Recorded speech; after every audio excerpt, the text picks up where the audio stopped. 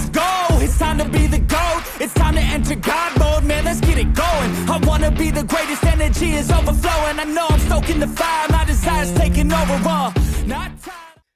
Okay, you beautiful friends, welcome back to the back of the semi-truck, and it's that time once again. You could tell by the thumbnail, you could tell by the title, we are talking about some more My Little Pony, and this is a video that's been requested to me for a couple weeks now, and if I'm being honest, I can't fully remember what the video was about.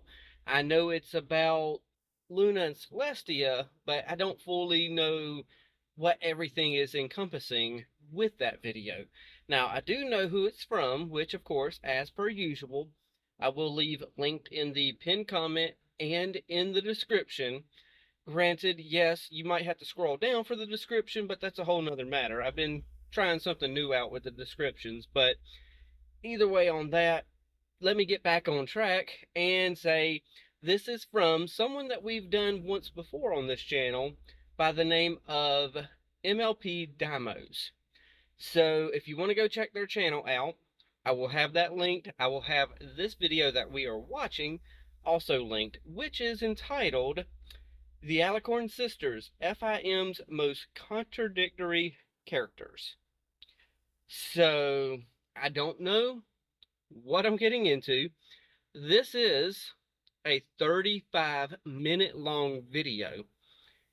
Now, I'm going to be real with y'all. I'm probably going to have to do this in 2 parts because 35 minutes with all the pausing and stopping and all that stuff will probably take upwards of an hour and a half to do for me. So I might have to cut this into like 2 17-minute videos. I don't know. What I will tell y'all is we are going to wing this. And we're going to just hit this play button, and if we finish the whole thing, then we finish the whole thing. I'm possibly, with it being such a long video, I say that I'm going to let it play a little longer, but at the same time, I don't know until I jump into it, because I can't fully remember what the subject matter is, other than it being Luna and Celestia. So, with that said, I guess we're going to do this the easy way and find out exactly what this is all about. And we're going to jump into this and just do it. So yeah, with that said, I'm going to do this. But first I'm going to reach up here, get my old soda here. I've only had 1 energy drink today. Granted, yes, everything else has been sodas. But that's a start to get off those energy drinks. I've tried and I've tried and I've tried to get off energy, but it just hasn't been working. Either way, let's move on, jump into this. 3, 2, 1, and play.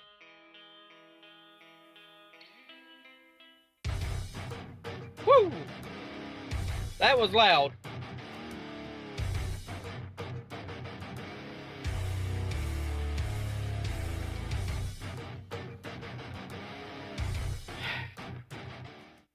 Alright, we ain't screwing around on this one. This one isn't going to be like sad or depressing. This one's going to be pure anger. Because if you have... Pause. Okay. So, real fast, if you did see my drink, this is not a Mountain Dew. This is a refilled bottle. Just, I don't know why, but I felt a need whenever that came across the screen to let y'all know. But nonetheless, with this, I'm not sure what the number 2 was about. I feel like there was like another previous video before this, and I'm just missing that one. But number 2, and then we get the musical little opening sequence with the, I'm presuming like thumbnail-esque, you know, right there letting us know what's coming. And then he says this is just going to be pure anger. So, okay. I know I stopped it really fast, but let's see what they are so angry about. Let's play. I haven't figured it out yet. My number 2 favorite characters are Celestia and Luna, tied for second. They are both amazingly wonderful characters that you wouldn't think are actually that, based on what the canon has done to them. And that's where this whole video is going. I have to start off with where I was with Celestia and Luna to begin with. Celestia, she was crap. Since the first, we'll say since like after the first season, yeah, she sucked. When I first watched the series, like 10 years ago, 12 years ago, 15 years ago, whatever. Pause. Okay, okay. So, now that after I said what I said about the number 2 thing, he then answered it for me right then, and I'm like, oh my gosh, I wish I would have just gave you 10 more seconds and you could have answered it. So, Luna and Celestia are their, they're tied for second place on their favorite characters. So cool, I get where the video is going. And I was a little confused at first. I was like, wait, if they're your favorite character, then why are you going to be angry in this video? So, but then I slowed down long enough. I was like, hold on. Okay, so the title is Contradictory Characters. So they're obviously, you're angry because you like them so much, but their characterization has been so fumbled in his eyes that, yeah, that's why he's going to be angry. And then on top of what he's saying now about season 1 of MLP, I've recorded this. It's a episode 3, what I've missed of season 1, and good gosh, I've got to get good about that. If I just turn this channel into like a niche, then I would just have constant stuff to do, but this channel's all over the place. But nonetheless, yes, I see what he's saying about Celestia, because she did suck in that first season. She was pretty trollish slash tyrannical slash just, she was Celestia. I think she was trolling more than anything in that first season. But yeah, I get what he's saying about Celestia in the first season. So let's hit this play button again. I was like, wow, Celestia does not do anything. She's useless. She sucks. Chrysalis wrecks her in one fight. She never wins any of her fights. The only person she ever beats is Luna. This character is ridiculous. She sucks. I always thought that about Celestia before. Luna? Luna was the complete opposite. I adored Luna from the first moment I saw her, and I thought that she was unfairly betrayed by her sister, and that kind of goes with the whole territory of Celestia just sucking. And a lot changed after I came back to the fandom. So I'll start with that story.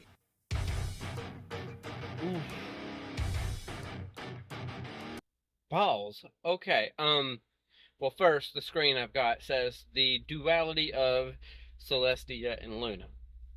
But holy crap, my dude. I can be bad about this as well sometimes. So don't get me wrong. I'm bad about, volume levels as well sometimes. But your voice is way down here, and then when you throw some royalty free, rock music in there, it just jumps up to another level. Let's calm that down a little. Holy crap, that's loud in the ears. But yeah,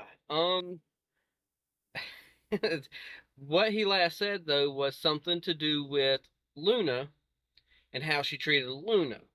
And I can definitely agree with that, because in that first opening 2 episodes, season 1, episode 1 and 2, we get Nightmare Moon and all that story, and literally Celestia wrote books that Twilight was reading on Nightmare Moon, trying to gaslight everyone into believing that Luna slash Nightmare Moon was this, selfish individual who wanted, the limelight for herself as well. And it's like, no, she was literally her sister Luna was crying out for help, like, hey, nobody pays attention to me. I'm in here, out here in the darkness, by myself with no pony to talk to. So Luna wanted some of the recognition that Celestia was getting, because Celestia was always in the limelight. Everyone was awake, basking in the glory of the daylight that Celestia brings, but goes asleep at night and ignores Luna in the evening. And she just wanted some of that admiration. And Celestia made Luna look like in these fairy tales out to be the selfish individual. It's like, no, give me the glory. I want all the praise. And no, that's not exactly what happened there. So, yeah, it is what it is, though. So far, I'm agreeing with what this guy says. I've done one of his videos before, and I've got to do his sequel video to that as well about Starlight, never being a villain. I don't agree with him on his first video where he thinks that Starlight was more of an antagonist than a villain, but if y'all want to see that, there's a playlist, and that video was, oh, that was an hour long. I don't know how long these videos are going to be, but I might, you can tell by the title, if I did it in 2 parts or 1. So I don't know if I will, but maybe. I mean, we've already been recording for 11 minutes now, so I don't know if I will because, whoo, this is going to be a lot to go through. And play.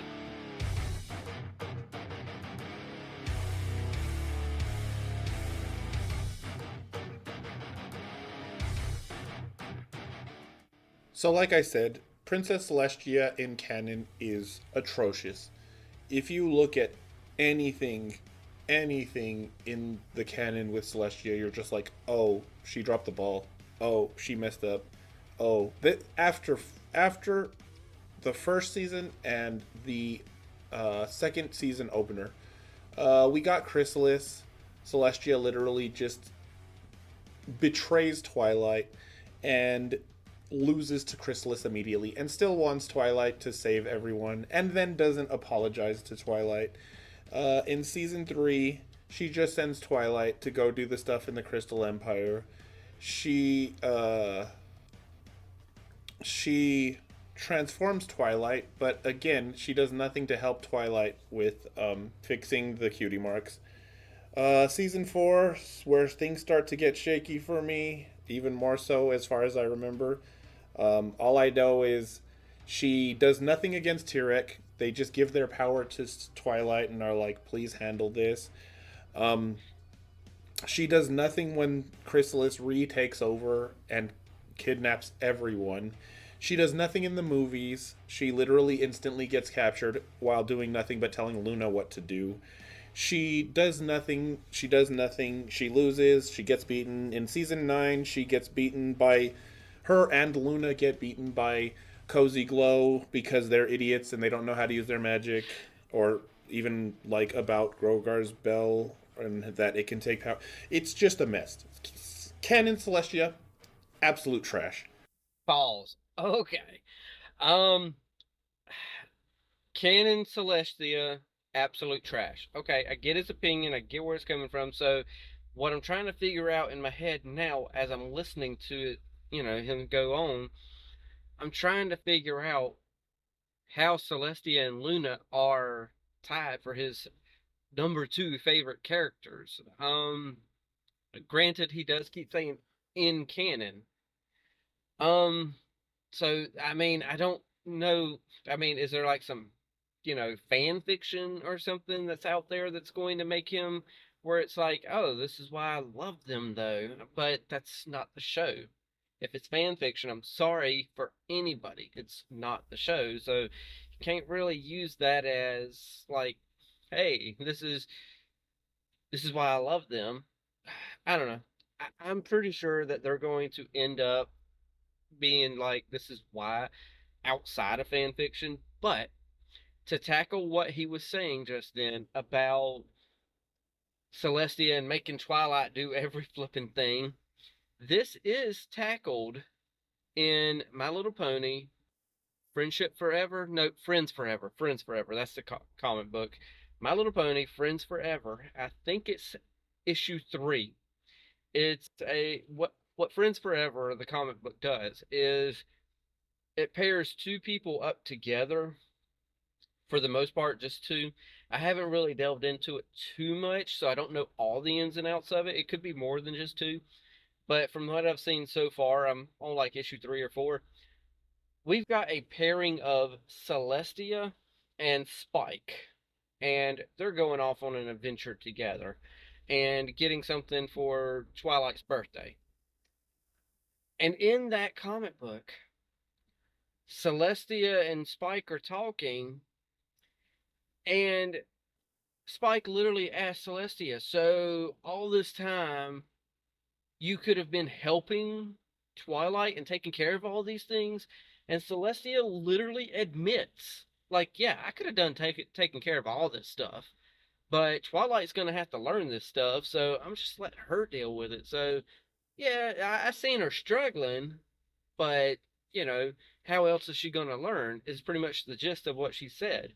So even with that excuse, she admits that she could have handled it all, but she just makes it look like, oh, yeah, Twilight needs to take care of this. I'm sorry, but that's even adding more to the trollish behavior. If she's like, oh, I'm defeated, Twilight, save me. Oh my gosh. Celestia, oh my god. I like Celestia. I like her troll jobs, but my goodness, she has got to stop with the trolling.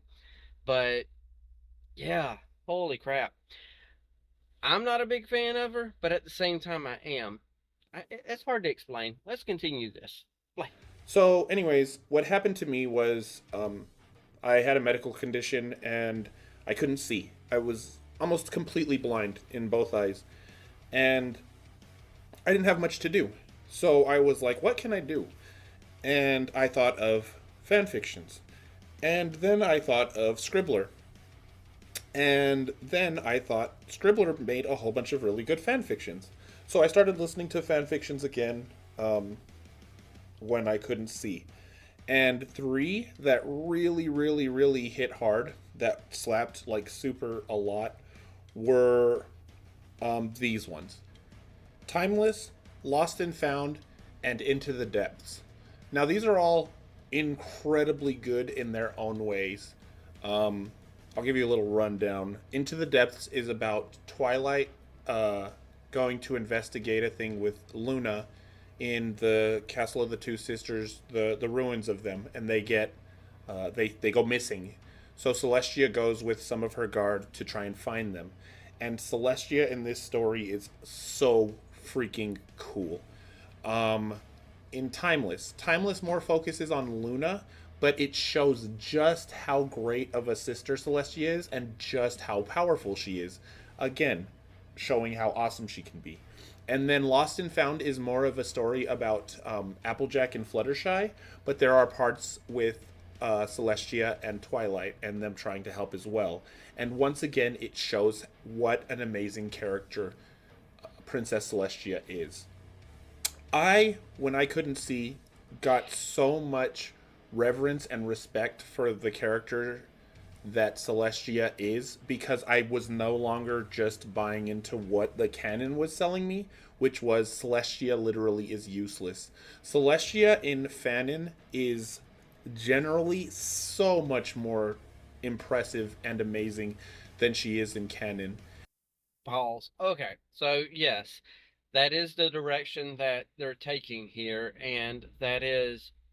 I hate the direction they went with the show, but the fandom took her over here with these fan fictions, and I love her over here with the fan fictions, but I hate her over here because she's useless over here on the show itself. My only issue with that is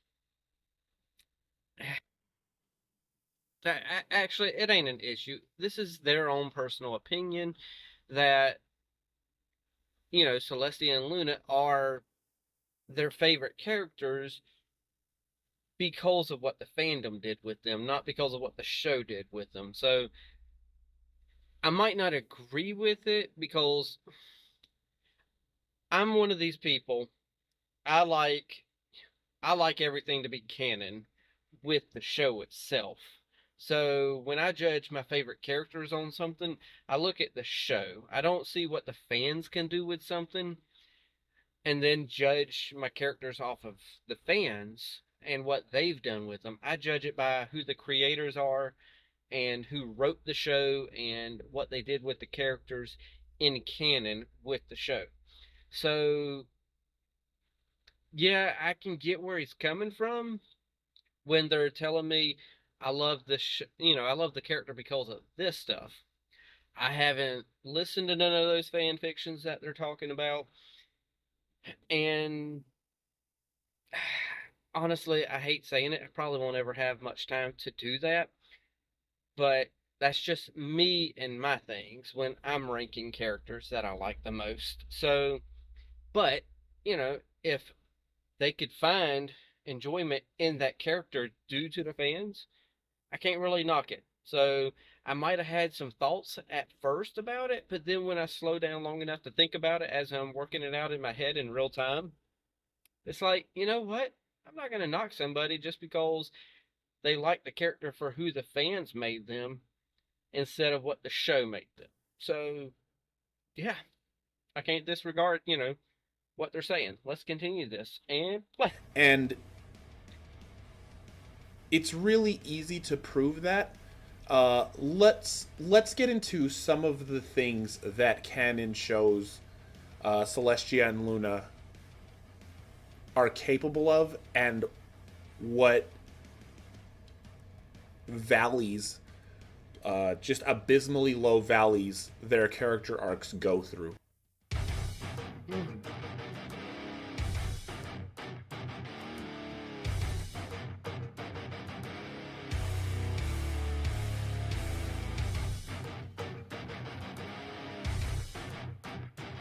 Pause before they start.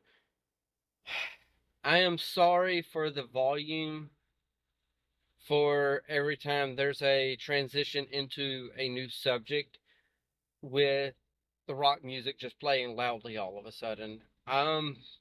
Hopefully I can remember to kind of tone that down a little bit, with editing, but if I'm being real and honest, I'm probably going to forget to do that. So I do apologize for the ups and downs when it comes to the screenshot being there with the loud music. So, yeah, it sometimes with editing, things slip through the cracks, and they probably just kind of had the volume just at whatever the default was. So, I apologize, but hopefully I'll remember to change that. And So Princess Celestia and Princess Luna in canon start out pretty decently. With Celestia, we get her being very dignified and royal and revered. As soon as she appears in the sunlight, all of the other ponies, all of the main six bow to her, except for Twilight.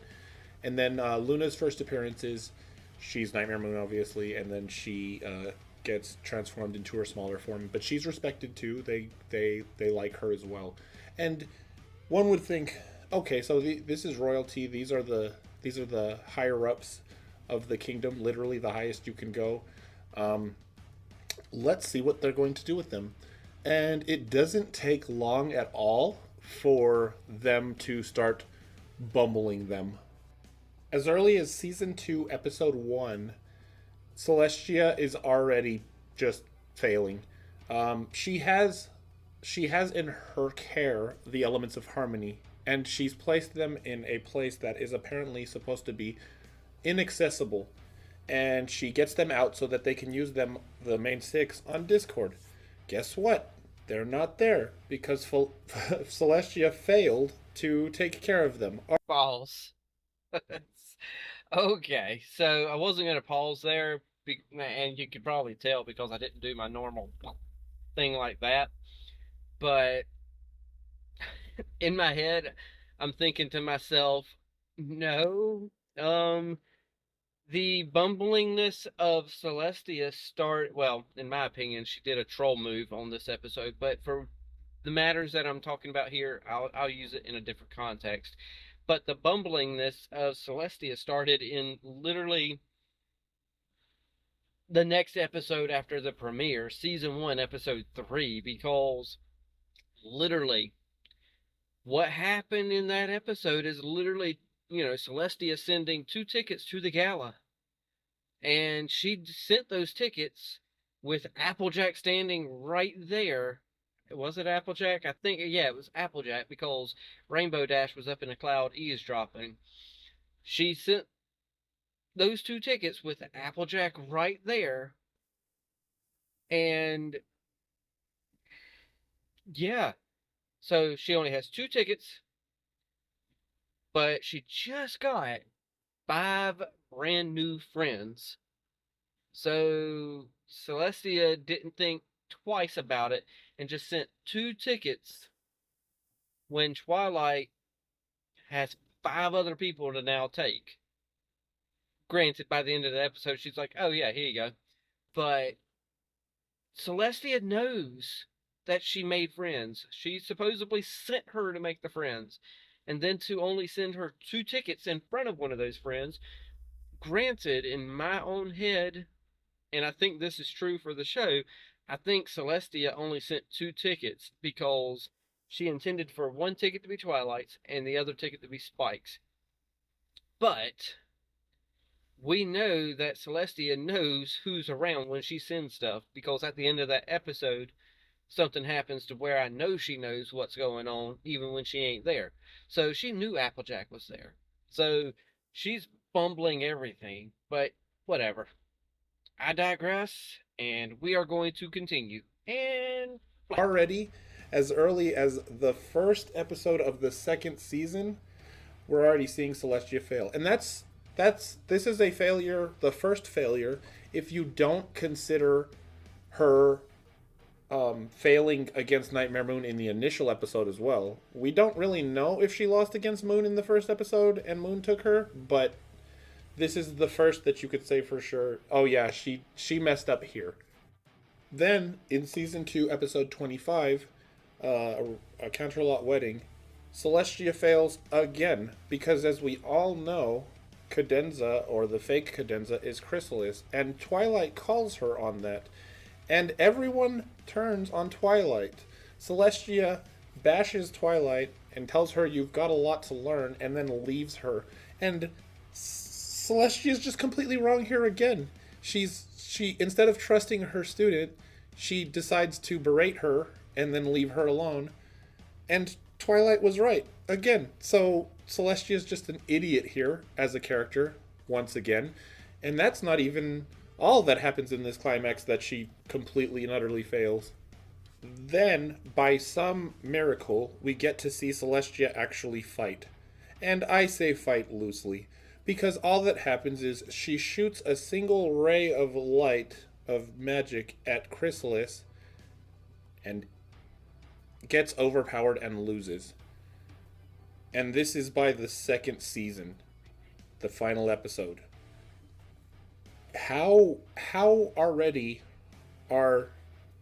is Celestia, because mostly Celestia, because like Luna's not even in this episode until the very end, and it's a joke, which is just as bad for her character because she's just not around. How do we already have Celestia failing to keep the elements safe, Celestia failing to trust her student that she has already said she trusts without fail? Celestia can't even fight against a threat that is threatening her kingdom. She's failed on like 3 fundamentally easy levels this soon in canon. And it's like, so I really like Celestia, but how can you like a character that is just there to fail? And I'm not even done. I'm not even close to done. So then, in the Season 4 opener, Celestia and Luna both get captured by Discord's little seed things that he threw out. So we've had thus far, after 4 seasons, Celestia is nowhere to be found in the opener of Season 1 and does nothing literally on screen to fight or help. Season 2 opener. Celestia fails to protect the elements of harmony. She does send the letters to Twilight, but that's it. And that's the last she'll do of like anything relevant. Season 3 opener is she sends Twilight to the Crystal Empire. Season 4 opener, or Season 3 ending with a or Season 2 ending with a Counterlot wedding. Sorry, she loses to Chrysalis and she doesn't believe Twilight. Season 3 ending is Magical Mystery Cure, and all she does is make Twilight into an alicorn. Pause. Okay. So, obviously I do need to pause for fair use and, commentary purposes. So, obviously I'm going to pause. I'm trying to figure out where we're really going. Right now, I'm trying to find the best way of saying this because I don't want to insult it, because I know that things like this will happen during videos, but right now I feel like we're really in a slow drudging moment with this video where he's just recapping everything that he feels like Celestia is done, or the lack thereof that she's done, or just the fact that she sucks as a character in his eyes in canon. And honestly, I'm kind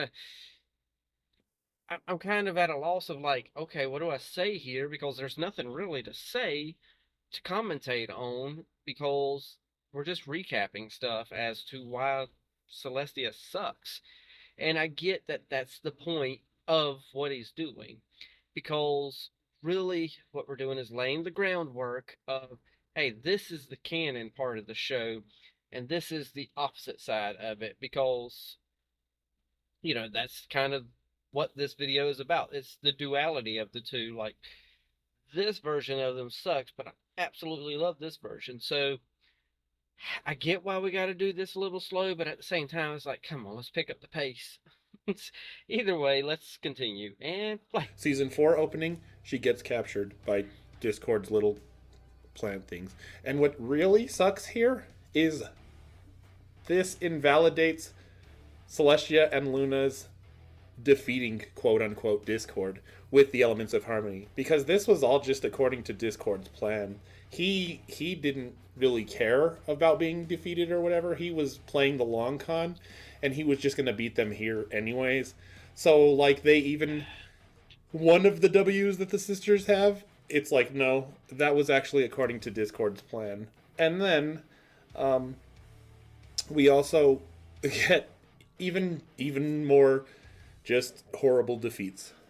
Celestia and Luna both give away their powers, their magic, to Twilight so that they don't get wrecked by Tyrek. Instead of, being able to beat Tyrek, they're like, what do we do? Let's just give our power away. Okay. And they just do that. And then they just get tossed into freaking Tartarus like a bunch of goofy idiots. This is like... So then, failures again. They failed in the opener to do anything and they got captured. They failed to... But they gave their power to Twilight. Yeah, Twilight doesn't even use their power to do anything. She gives it to Tyrek anyways. And then they get rainbow power and they win anyways. So, like, it did nothing. Literally did nothing. It's so dumb. So season 5 is when Starlight shows up. And the princesses aren't in the opener or the closer. But we get this instead. We get the Schmooze episode. And... Pause. Oh, gosh. With that screenshot, honestly, I forgot about that episode. So, I've got a lot of catching up to do when it comes to MLP. I've seen all the episodes, of course, but if you don't watch them consistently on a day-to-day, you forget about stuff like that. So yeah, holy crap. I don't have anything else to add, but I'm glad Starlight's around. That's a good thing. And then this is about the time where I believe they started turning Celestia and Luna into kind of jokey joke characters. Because I remember the one episode where they're kind of like, we're going to retire. Let's go on vacation. And I didn't care for that episode, but it is what it is. I wish I had more commentary here, but right now it feels like this part's just filler. So, not being rude, but that's what it feels like. But I know we're laying the groundwork so that they can get their full, thoughts out. So let's continue and play. What happens? Celestia gets covered in it. And what happens? She literally can't do anything, apparently. So not only are we getting the princesses completely useless in the climax episodes and the openers, we're getting Princess Celestia just in general useless. Can't even, like, cast a spell because there's gunk on her horn. Like, I think Twilight's face sums up how I feel towards this entire situation. It's so dumb. It's so dumb how they're treated. Like, inferior to, like, so much stuff. And it just keeps going and going. I guess at some point the writers were like, what can beat Celestia and Luna that isn't even a villain? And then they were like, let's have them fight inclement weather. And then Celestia and Luna in the season 6 opener just got overwhelmed by bad weather. Celestia has control of the sun, or she rises and drops it, whatever you want to say in canon. Her power extends to heat, I would assume, but maybe not. Maybe the canon people are idiots and they're just like, she kind of just shoots beams out of her freaking horn. But what do you, this is what I mean. What do you expect from me? I'm supposed to like this character. I'm supposed to like this canon version of this character who is the embodiment of the sun itself, or is connected to the sun in a very intimate way, and her power extends to I can shoot yellow beams out of my horn. False. Okay. So I've got to slow down for a second, and I've also got to. I feel like he's thinking that this show was written for us. I'm sorry to tell anybody and everybody, the show isn't written for me or them or anybody else that's as old as me, or who's a guy. The show isn't written for bronies.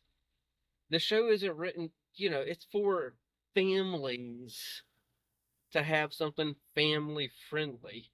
It's not meant to be some sort of like, oh, we're going to write the perfect show and have this be the best thing ever. I'm sorry. It just, when you're expecting them to write a character a specific certain way because the writers should know better, it's like, well, let's be clear and honest.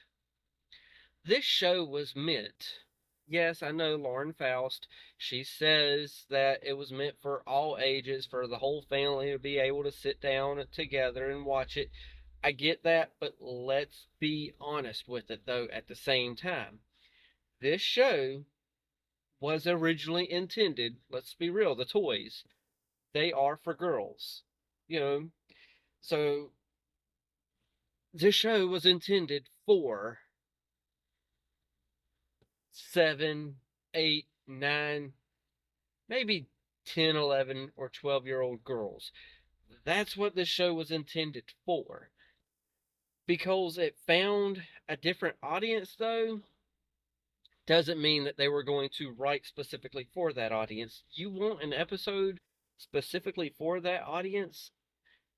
Episode 100, go to it. So it is what it is. I mean, you ain't going to get that character wrote a specific way for you to like them that much unless you absolutely just go to the fan fiction like they had to do. They had to go to the fan fiction just to like these characters. So I understand that they wrote these characters for young girls. Celestia and Luna, they weren't the ones who they were marketing on the show. They were marketing the main six, Twilight. Twilight has to save the day, not Celestia and Luna. Applejack, Pinkie Pie, Rainbow Dash, you know, Fluttershy. I think I said Fluttershy twice. But the main six are the ones that have to save the day no matter what, because the show's written for that demographic and everyone's trying to buy those merchandise, not Celestia and Luna. So, yeah, sorry, but you're not going to get your way on this one. The show's not going to cater to, hey, these are the characters. We could write them so awesome. They're not thinking of that. Like, And those yellow beams aren't even enough to beat clouds. Yeah, this is it's absurd. I'm sorry. This is the canon. Celestia and Luna are dumped on so hard, and they're made to look so silly and stupid that it's just. If you like canon Celestia and Luna, you are overlooking so much ridicule that is thrown their way, and it sucks. And of course, we got to keep this failure ball running, because then what happens? Then Luna, in the season 6 climax episodes of the end of the season, is shown to not even have control over her realm, the Dream Realm. She can be forcibly removed from the Dream Realm, just apparently dragged out of it somehow. And this isn't even considering that they're both just, Celestia and Luna are just captured off screen. Apparently they're replaced by Chrysalis and Changelings just off screen. Two most powerful alicorns in Equestria. Oh yeah, they got overpowered by changelings. Regular changelings. Chrysalis didn't even have to go. She didn't even have to show up. She was just like, send them over there and we'll capture both of them. Easy peasy lemon squeezy. This is where we get to see this nerd. Right here. Right here. In case you didn't notice. Right here, Celestia is just captured. Because, like, why respect characters or have them important or anything? They could just, like, they raise and lower the sun. They've been rulers for 1,000 years. They defeated Sombra, apparently. They defeated Discord. Oh, I guess not, because that was just... Dude, it's ridiculous. Like, they're treated so crappily, like they don't even matter whatsoever. balls. Okay. I know I've said this before. I know that they're trying to lay the groundwork on why they don't like the canon version of them. But at the same time, what else are you going to do? I mean, you can't have Celestia coming in and Luna coming in every single time being like, pew, there's my beam, problem solved, we're out of here. Yes, I know that's a joke in the fandom at this point that Celestia could have handled everything. You you can't just have her handle everything though. I mean, what conflict would there then be for Twilight to handle, or for the episode that we're dealing with right now? What conflict would you then have for Starlight to even handle? Because this is pretty much her episode for her to become the hero, and without her being able to do the stuff, if Celestia and Luna just, kind of snap their fingers, or, well, for the lack of a better term, snap their fingers. I know it's hooves, but if they were just to do that and just everything's back to normal, you have no conflict then. You've got to have conflict. So I get what you're saying. Yes, they sucked in the sense that, hey, this stuff kind of sucks. What are we doing here? We got these two powerful characters, but you've got to have conflict though. They're not the main characters, so I don't know. I feel like this person's nitpicking, and that's probably why I still haven't done his part two of the Starlight isn't a villain thing that he done. So I don't know. We're 17 minutes in. Um, I don't know. I might. Let's go ahead and hit play and see how far we might still go, because at this rate, this is going to be an hour and a half long video, and I don't know. We're halfway done watching his video. So, I don't know. Let's just hit play and see what happens. And play. I guess for the sake of the main six, I don't know why you'd have to destroy these characters for that, but apparently that's what you have to do. You have to make these characters dumb idiot losers that just suck in canon. So after all of that disrespect, they're definitely going to treat them good in season 7, right? Actually, no. In season 7, we get Celestial Advice, where Celestia just retcons the entire show. And then, in season 7, the climax, they're not even there for Shadow Play, which is fine. I don't care if they're not there. But then, we get another one of these. Another slice of life episodes with the sisters. And guess what? We're not going to have them lose here. We're just going to have them be bitter and angry towards each other. They're just going to be douches to each other. They're going to not care what the other thinks. They're not going to... Starlight literally has to go and make them do each other's jobs so that they understand how hard the other's jobs are. Except Celestia was doing part of Luna's job for 1,000 years. She was raising and lowering the moon, and anything else that wasn't dream related, Celestia was more than likely doing too, because Luna was gone for 1,000 years. So the writers are clearly stupid. This was just really dumb. Pause. Okay, so I'm trying to figure out if this person is even... I know they're a fan of the show or they wouldn't do the videos that they do, but they literally just trash on the show throughout this entire video, claiming the writers are dumb and this and that. Again, I will reiterate, you've got to take yourself back to a childlike state sometimes when you're watching this. They're not writing this for adults. I'm sorry, but they're not. If you can read into some of the nuances and get some story in there other than, oh, pink, pretty pastel colored ponies. Yes, there's some good stories in here besides just seeing, pastel colored ponies, such as Applejack, you know, Applejack and Big Mac and their mom and dad. There's a good story there. Yes, it's kind of a Romeo and Juliet type of story, but at the same time, there's some good emotional beats in there as well. So they're not writing it dumbed down to the children so much, but they're still writing it on the level where it's digestible for children. And for them to all he's doing is calling the writers dumb when they're not really dumb. And he's saying the characters suck, and it feels like this is what the whole video is about. And I'm like, but they're your favorite characters. I get it, duality. This this sucks, but yet I love it. You know, I don't know. I just feel like he's nitpicking too much and expecting something great out of something that's not even meant for people our age. I get, I get it myself. Yes, I watch a show with pastel colored ponies. I'm not expecting, something on the level of Rembrandt.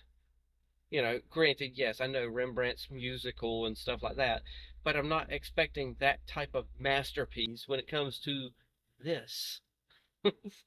But let's continue and play. It was just an episode to make them look like they didn't like each other for a lesson that is idiotic. And unfortunately, this isn't even the last slice of life episode we get between the sisters. We get another one in season 9, and I'm not talking about that one because that one is awful. And if you like that one, I'm sorry, but you are awful. You don't like the sisters very much. That episode is such a travesty of an episode. It paints them in such a poor picture, and all for the sake of a. It's just awful. It's just pure awful. But let's not even. I'm not even done yet with all of the disrespect the sisters get, because this is when we go into really high Balls.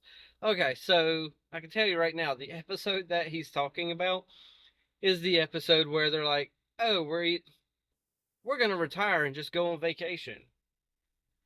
Okay, sure. Let's be honest. That's what the episode was for. It's like, oh, look, we're not ready for retirement, So, let's go back over here and tell Twilight we're coming back and we're not ready for retirement. So that's all the episode was for, is so that they realize that they're not ready themselves. So yeah, it wasn't a great episode, but at the same time, to dislike someone just because maybe they liked it, that's a bit of a statement. But nonetheless, let's continue and see where he goes now. Here. So after season 7, we got the movie. And for sure the movie would treat them well, wouldn't it? I mean, oh no, there goes Celestia turning to stone within the first couple of minutes. But no, Luna, yep. So then in the movie, we got both sisters turned to stone within the first, 10, 15 minutes of the movie?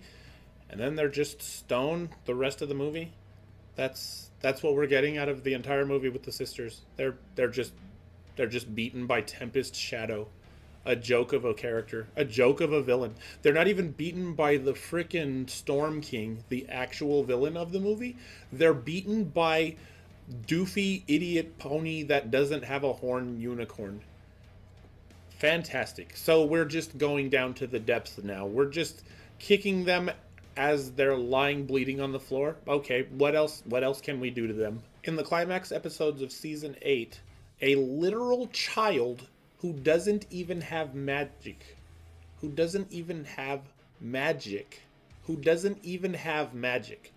literal child who does not even have magic is stealing the magic from the world, and the sisters are literally powerless to stop her. They can't do anything. Look at these goofy idiots.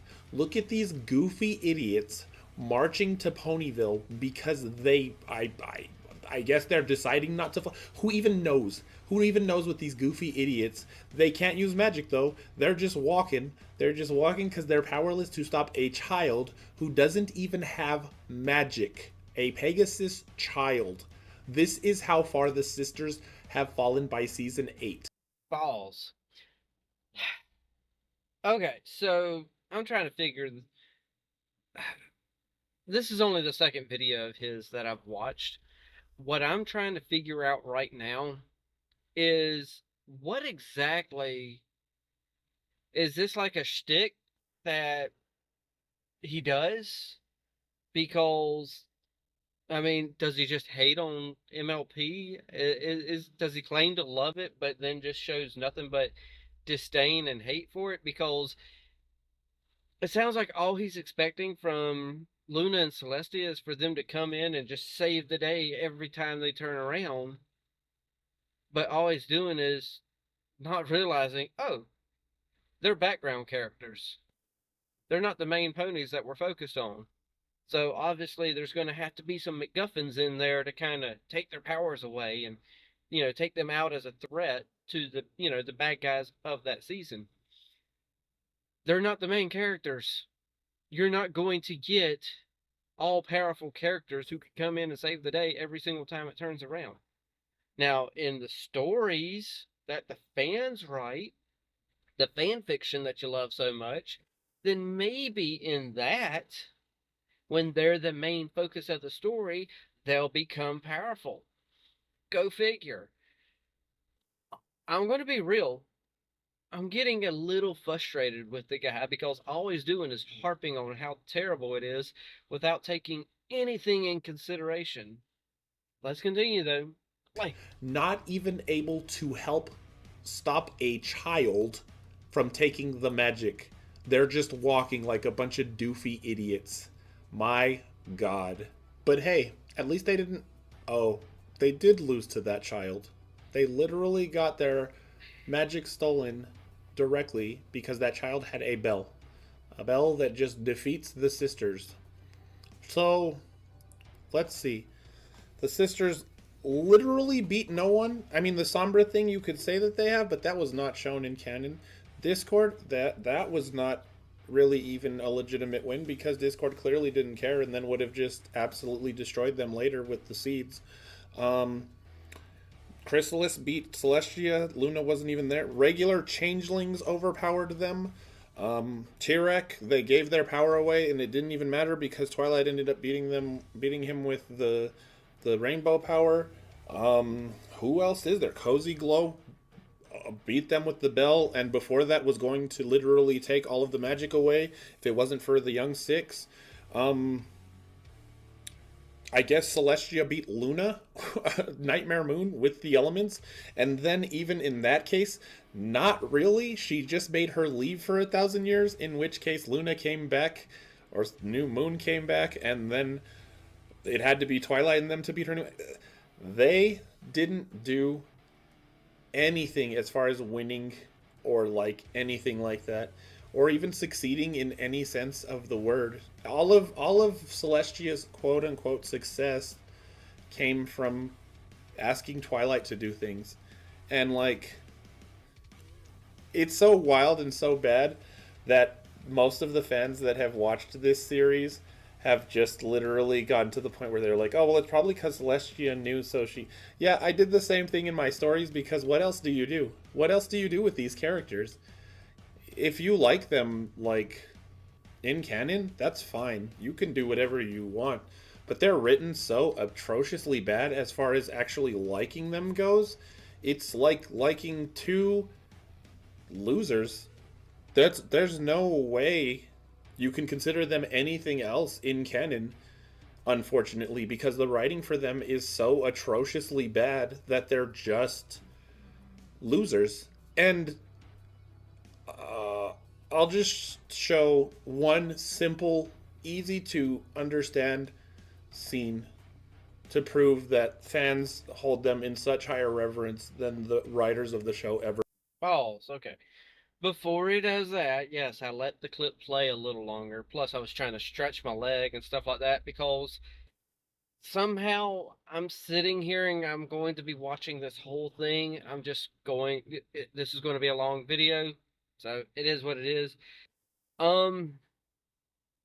Yeah, I mean, all he's doing is complaining about the show and Celestia and Luna. I mean, it's if you love the character so much that you got them at tied for your number 2 spot, then is the only reason you love them is because of the fan fiction? Because let's make that just be a completely separate list then. Tell us the top 5 characters you love from fan fiction worlds as opposed to top 5 characters in general. You can do a top 5 characters in canon that you like. Heck, I've got a video somewhere on this channel of me ranking 100 MLP characters from 100 all the way up to number 1. Not a big surprise, I'll spoil it now. My number 1 character was Starlight, so I did put Spike pretty low, but if I'm rewatching it the way that I am now, Spike would be a little higher because they did Spike dirty a little bit there at the beginning, in my opinion. But is he going to give an example of how they could have wrote these characters? Because in all reality, if you were to write Celestia and Luna, you know, let's be real, if you were to write them the way that they should be wrote because of their powers, then Twilight and the rest of the main 6 wouldn't be needed. So what would be the point of the show? It would be about them two. It wouldn't be about anything else other than them two, because they would be taking care of everything. There would be no conflict, you know, such as the bell. Yes, that's the reason why a little kid was able to defeat them, because she had that bell that can take their power. So there's always a MacGuffin. I mean, I'm going to give them the benefit of the doubt, and maybe there's going to be something good here that they, you know, they're going to say something like, hey, you could have wrote it this way instead of that way. I don't know. Let's continue and find out. Play. Did.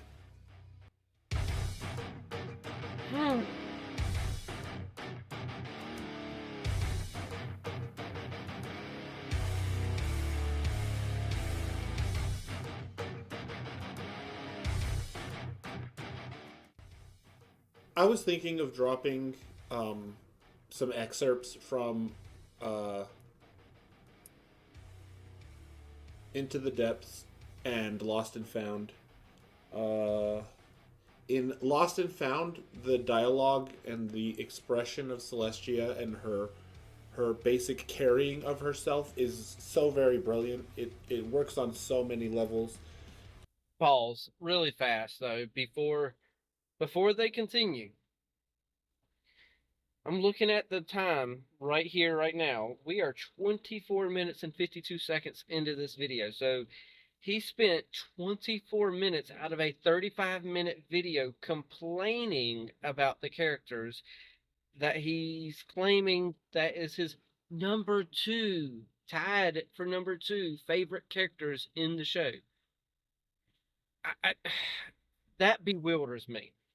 If I'm going to claim that they're my two favorite characters, they're not that they're my favorite characters, but if they're tied for number two for my all-time favorite characters, I would at least spend half the video talking about, hey, this part sucks with them, but spend more time telling us this is why, what the fandom did, because we're about to jump into the fanon territory now. So I would be spending that extra time though explaining, look, but this is what the fans did with these characters, and it could have been incorporated into the show a little bit more, because there is some instances where stuff like that could have been incorporated into the show. So yeah, I mean, you don't have to spend 2/3 of the video complaining and complaining and complaining and calling people idiots and saying the writers suck and this and that and this and that. I'm honestly possibly not even going to do the Starlight was never a villain part 2, because I'm not sure how I feel about doing their videos if all they're going to do is say these people suck for this reason, the writers suck because of this, this person is terrible because of this, and if you like it, you suck too. He literally said that in one part. But then, contradicted himself and said, but if you like it, that's you, blah, blah, blah, blah, blah. It's annoying. I'm sorry. I understand that when people click videos like a top 5 list, if you were to do my top 5 most hated, characters on MLP, you're going to get far more views on your top 5 hated characters than you would if you said my top 5 most loved characters. Top 5 hated characters are going to get far more views than your top 5 loved. But at a certain point, there's only so much of that disdain that people can take for, talking about it so much. After 20 plus minutes, I'm tired of listening to this guy complain and complain and complain. I'm hoping that they've got some positivity in this last 10 minutes. So let's hope, and let's continue and play. It's amazing just to hear her talk, to see her talk, to read her dialogue. In Into the Depths, that's also true, but also she's incredibly brave, and she doesn't fail in that herself. She ends up doing what she has to do to save the day and to save Luna and Twilight. I was going to read excerpts from those, but I think I'm just going to read an excerpt from one story. That story being Timeless. And I want to read Timeless because it shows just how powerful Celestia is by some of the fandom. And remember, Timeless is not a story written for Celestia to be the main character. The main characters in Timeless are Luna and an original character called Shifting Sands. So even in this story, where Celestia is not the main character, I wanted to read this. The night sky was abruptly blotted out by a light emanating from Canterlot Castle, causing the ponies at her side to shiver. The temperature abruptly skyrocketed, golden magic diving down to line the street they were on. Windows were forcibly closed, and powerful shields encased the group in a rectangular funnel, protecting the oblivious inhabitants on either side of the street. What is? A crack sounded across the night. The sound barrier shattered as a glowing orb impacted the street in front of the group. cobblestones melting into molten slag. Eyes slit and ablaze with rage, the alicorn in front of them glared at the assailants with a merciless gaze. Orange and yellow armor covered an alabaster frame, as though forged from a solar flare itself. The metal greaves, breastplate, helmet, and wing blades poured forth fire as Celestia took a few steps forward, her mane an inferno. The tranquilizers in her system had since been burned away as she opened her connection to the sun, the raging princess staring down the group of assailants. A bold pony lunged forward with an enchanted spear, but could only let out a choked scream as the weapon and his body melted to ash before it even got close to the alicorn. 3 ponies yanked out familiar red crystals, the powerful spells activating with a high-pitched whine. "There, now get her," a pony called, but the bravado was shattered by the sinister laugh that left the alicorn's mouth. "You all have forgotten, haven't you?" Celestia asked, striding forward to confront the still stalwart emissary. Levitating the 3 active gems close, Celestia examined each, the only sign of discomfort a slight wince. Melting under her gaze, the gems shrieked as their magic was released, the artifacts joining the molten sludge underneath Celestia's hooves. "Did you think you were the first to try such tricks on me? Or the second? Or the 100th? Celestia growled, levitating the emissary into the air. "Your masters have forgotten why they don't set a hoof in Equestria, haven't they? Then pass along this reminder." The mare let out a shriek, fire beginning to burn away her frame, hooves being eaten away by the inferno that ignited underneath them. A slight strained laugh left her, however, the defiant mare then glaring at Celestia. "We'll be back. You can't kill me or my masters," she hissed, eyes widening in horror as Celestia's gaze bore into her own, no mercy behind the black and fiery gaze. "Perhaps, but I can burn your form, your masters, their home, everything. I can burn it over and over and over again until they get the point," Celestia hissed, fire continuing to eat away at the emissary's limbs. "Tell this to your masters.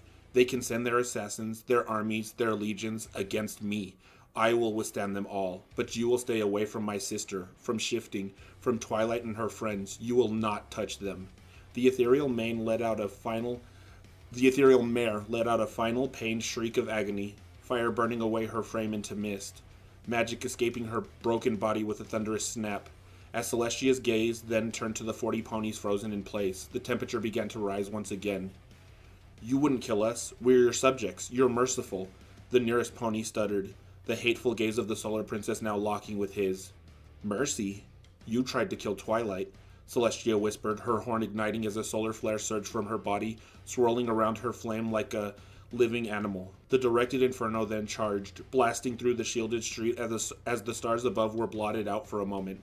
Funneled like water through a canal, the inferno burned away flesh, metal, and bone, leaving not even a speck of ash on the glowing glass that had once been cobbled.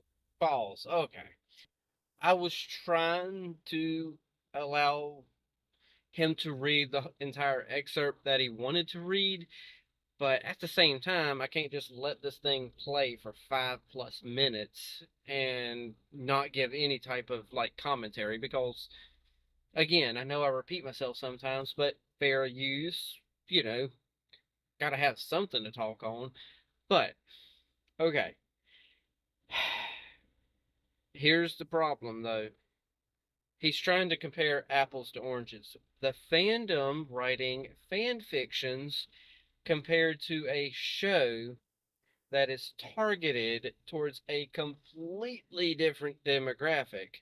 You've got what he's reading, literally what we just heard him say was talking about Celestia killing people, watching, burning the flesh off of them until it's nothing but ash. That's not going to translate well into a children's show where the main protagonist is literally, Twilight and the rest of the main 6. It's not Celestia and Luna. Now, if you did this as an episode, you can't, because this is meant for a mature audience who actually expects something a little bit better than, oh, friendship, save the day. No, this is a more serious tone. This is more, what's the best way I could put this? I can't say more of a CW type show, because let's be real, CW type shows like The Flash, Green Arrow, stuff like that, this is a little more mature than that. So this seems more like along the lines of not quite The Dark Knight, but this is closer to that line of, a Dark Knight, a Dark Knight Rises, you know, Christopher Nolan's Batman trilogy. It's closer to that than it is friendship will save the day. This guy's comparing apples to oranges. I wanted to give them a chance to explain this is why I love the characters. And, he's entitled to his opinion, but at the same time, your favorite characters are someone that isn't even a part of the show. The characters that he sees with these fan fictions, they're not the same characters as part of the show. I'm glad that he loves this depiction of them, but no, I'm sorry. You're not going to get this depiction in the show. There's a reason for that. You're burning flesh off of bodies until they're nothing more than ash. You can't translate that into a children's show. So we're comparing apples to oranges here. Let's continue. And stones. 3 ponies still stood, however, legs quivering as a golden shield surrounded their frames. Fire still wreathing her body, Celestia stood over the terrified ponies, letting out a snort that sent flames scorching across the barrier. You, she growled, removing the protective shield. You 3 will go to the Badlands, every tavern, every black market, and deliver this message. I want every hired blade to know what happened here. I will find the ones who trained you in time, rest assured, but I want every creature in every slimy hole to know what I will do if I find them assisting these Wendigos. Do I make myself clear? The 3 nodded, staring at Celestia as she encased them in a teleportation matrix, sending them hurtling towards the southern border. Taking a deep breath, the ruler let the flames bleed from her frame, her magic removing the ash and reforming the warped streets, cobblestones taking place of a pure glass road. The golden shields were then removed. Any curious inhabitants that then looked outside would simply see their ruler calmly trotting down the streets towards the train station, the only remnant of the encounter having been a strange hum outside of their homes.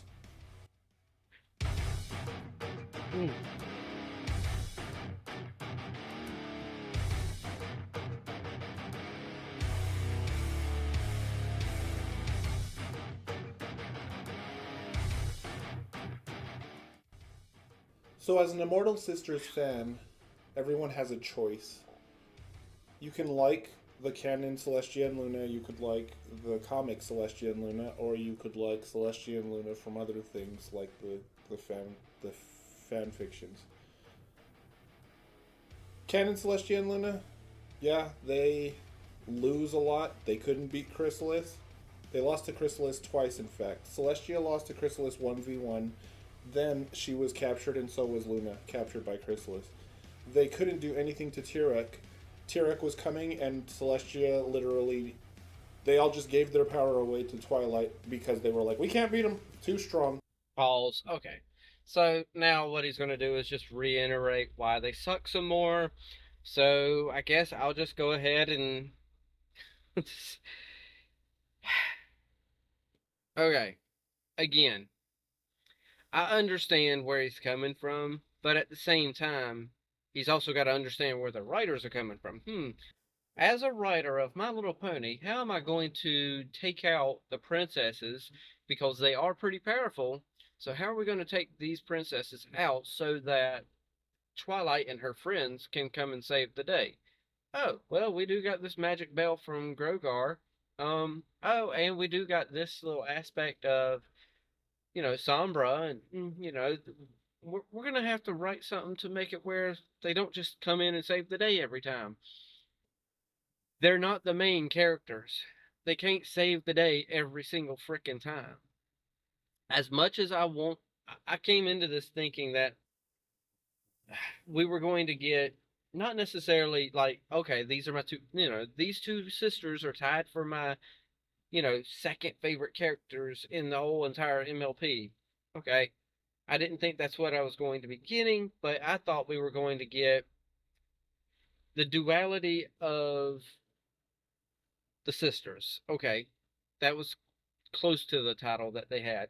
I thought that's what we were going to get, was something comparing them Like, okay, sun and moon and their duality, the yin and yang of the two.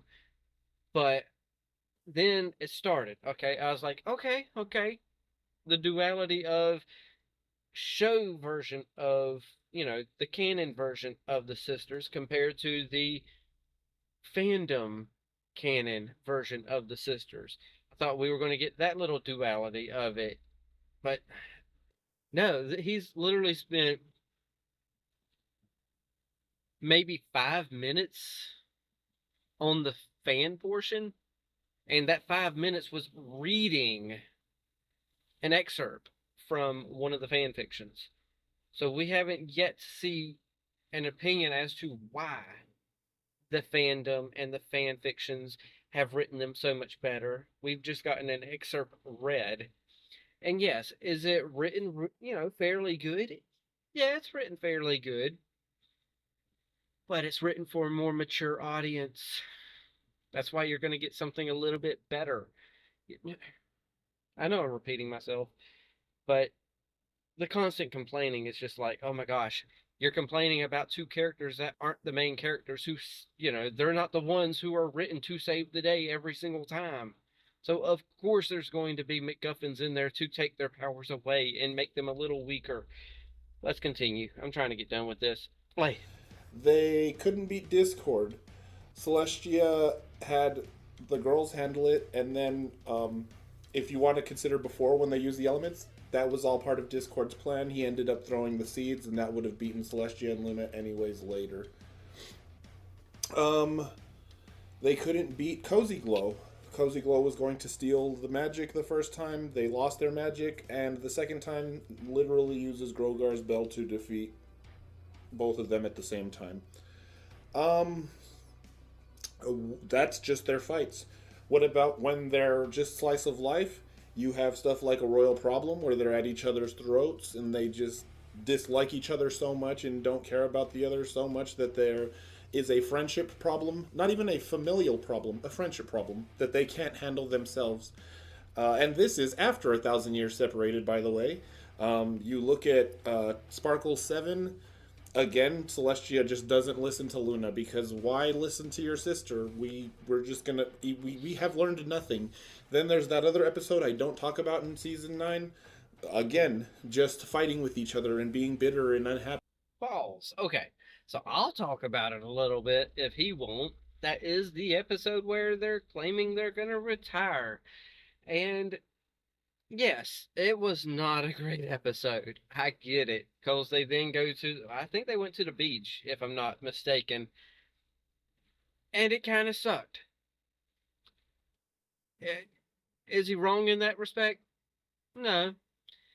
But was there a lesson to take away from it? A little bit, sure. I mean, it's like, okay, we don't know what to do with ourselves and we don't interact with the public nearly as much as we should. So we're not prepared to be off on our own yet. So we're going to kind of come back to the castle and kind of chill out there for a while until Twilight's actually ready to take over. And I mean, we're not ready to let go of the reins, and Twilight obviously isn't ready to actually take over. So they kind of learned a lesson there, like, oh, we're not going to dump all this on Twilight right away. Plus, they're not ready because they don't like not being at the castle. So, yeah, because he doesn't like to talk about it, I will. So, there we go. I actually can't wait to get to that episode now that, now that I think about it. So, let's continue. And we don't have much left, actually, so play. With each other. That's canon, Celestia. Oh, wait, I forgot. The movie. Immediately getting turned into stone, both of them, and not doing anything the entire movie. So you could like that. You could like canon Celestia, or comic Celestia and Luna, which I'm barely familiarizing with, but I'm already like, this is hilarious because they're just a joke, and they don't really do anything in the comics either. Or you could go with fanon Celestia and Luna, where, don't get me wrong, fan fictions are not all great. I would go so far as to say that probably the vast majority, 95% plus of fan fictions are not great. There is so much garbage out there, and yes, those garbage ones, everyone sucks. They're bad. People shouldn't read them. There are so many filthy, questionable, just downright should not exist fan fictions. I understand that.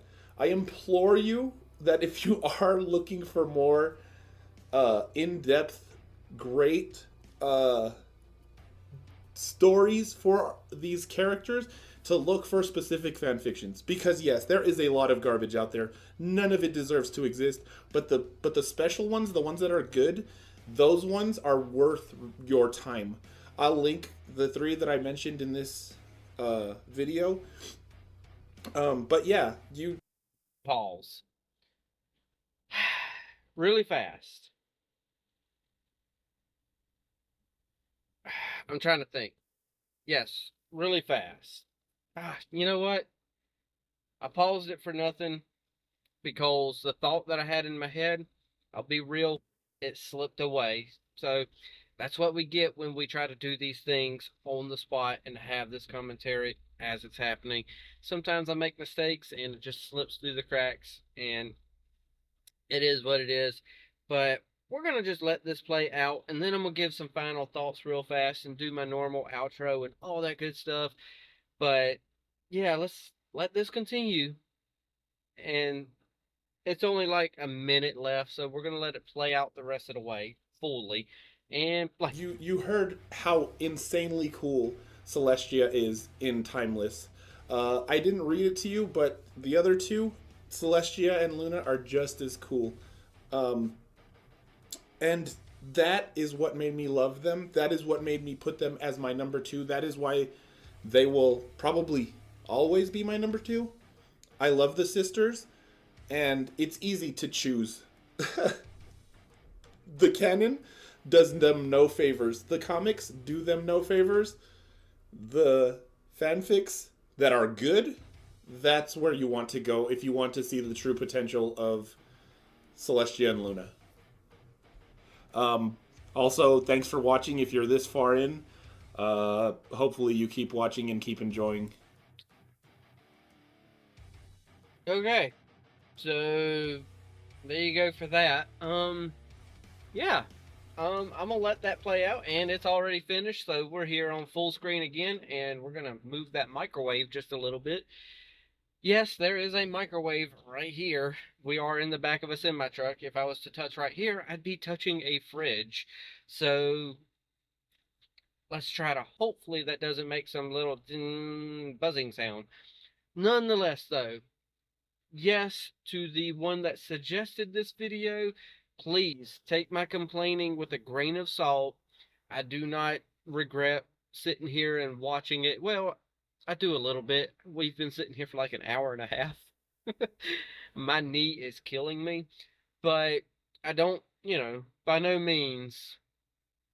I enjoyed the video. I enjoyed sitting here going back and forth with, the video and y'all and all that stuff. So just because I'm complaining about his thoughts doesn't mean that I just won't take suggestions. By all means, anybody who has suggestions, please let me know. I can't guarantee that I'll do them in one part like this again, because this is always very difficult to do, especially with we're sitting in the back of a semi-truck with a freaking microwave that won't quit vibrating. Well, but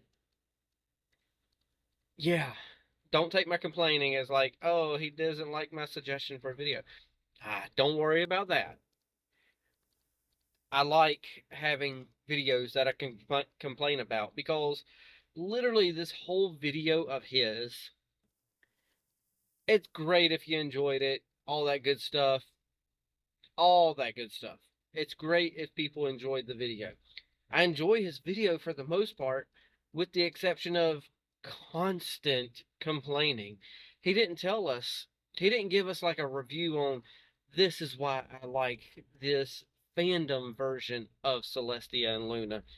They are more this, they're more that, they are more experienced in battle, they're showing that they can fight. He didn't say any of that. He didn't give one reason why the fandom was better. The only reason why he believes that the fandom has better characterization for these characters is due to the simple fact that it's written a little bit better and for a more mature audience. when people have these kind of videos, they've got to take into account the audience that the video is going for and who the main characters are, because you can't have Luna and Celestia literally save the day every single time they turn around, because then what's the main characters going to do? They're going to have nothing to do. So the creators and writers are literally trying to figure out the best ways that they can work around this. You've got these two all-powerful sisters. One's raising the sun and one's raising the moon. One can walk into people's dreams. One can harness the power of the sun to a certain degree. You got these powerful characters, but how do we take them out of the picture? The writers have to work around that in order for Twilight and the rest of the main six, and then in later seasons they had to write around Twilight and the main six for the student six to come into play and save the day. So depending on who the main character of that episode slash season is, they have to work around them. The main six didn't save the day every time, such as when Starlight had to go and save everyone with her misfit group of people that she had. You can't blame writing for not liking a character. If you don't like the character, you just don't simply like the character. You can't just, you can. I mean, everyone's their own person, but I mean, canon-wise, okay, fine, you don't like them. But at least give us reason. Okay, this is called duality. You didn't give us a duality. The video did not give us any type of duality of anything. It gave us a singularity, a single viewpoint saying these characters suck in this show. But here's an excerpt from a fan fiction that I like for 5 minutes, and I choose to like these versions of the characters as opposed to them. No, literally, when you do something that's entitled something along the lines of duality, you're comparing. Okay, take the first. This could have been easily compressed into 30 minutes. It didn't have to be a 35-minute long video. And you could have took 15 minutes and talked about the canon. Oh, actually, no. You could have took the first 10 minutes, talked about the canon version of them, took the next 10 minutes, talked about the fan fiction version of them, and then laid out everything in the last 10 minutes saying, this part I hate about this, but over here in the fan fiction, they correct it by doing this. You're literally showing the duality of it from this one to this one, this one to this one. But he spent the whole time just complaining and repeating himself. And at certain points, I had to repeat myself because he's repeating himself. I liked the video. I enjoyed giving the commentary over it. But at the same time, it's like, come on, my dude. If you're going to say that you like a certain version, tell us why. I know I'm repeating myself again, but there is no reason you're giving other than reading an excerpt from the fan fiction. You don't say the more, the battle sequences with them, their characterization is better. There's no, I don't know. I can't really come up with nothing else other than it was nothing but a complaint fest. In my opinion, if he was to write least favorite characters, they would probably be at the top of his list as well. So he hates the characters, but he doesn't hate the characters. That's the only aspect of duality in this whole video. So either way, though, I'm the one complaining at this point, and yes, we have been doing this for an hour and a half now, and it is 9 o'clock at night. So I didn't get much sleep last night. I'm recording this on a Tuesday night. And for me, last night, of course, was Monday, and I don't get good sleep on Monday nights because it's my first night away from the wife. I just had the weekend with her. I'm in the back of the semi-truck, I'm sleeping by myself as opposed with my wife. so I don't sleep as well on Monday nights, and then throughout the rest of the week I get caught up on sleep. So that's what I'm about to do. I'm about to get off of here, call the wife, and pass out. So that I can get kind of a little caught up, and then I'm just gonna wake up and do my whole day all over again tomorrow. So, with all that said, I am shutting up. I'm gonna quit complaining about his complaining, and then I'm gonna quit complaining about me complaining about his complaining about whatever. Y'all know the drill by now, and if you made it this far, wow. Even if it took you 2 or 3 times to get here, wow. Either way, shutting up. Y'all know the drill. Hit the like, tickle to subscribe. Don't be texting and driving. Wow, this was a long video. So I'm going to restart that. Hit the like, tickle to subscribe. Don't be texting and driving. Watch what you love and love what you watch. And take it away, Mr. Rogers. I like you just the way you are.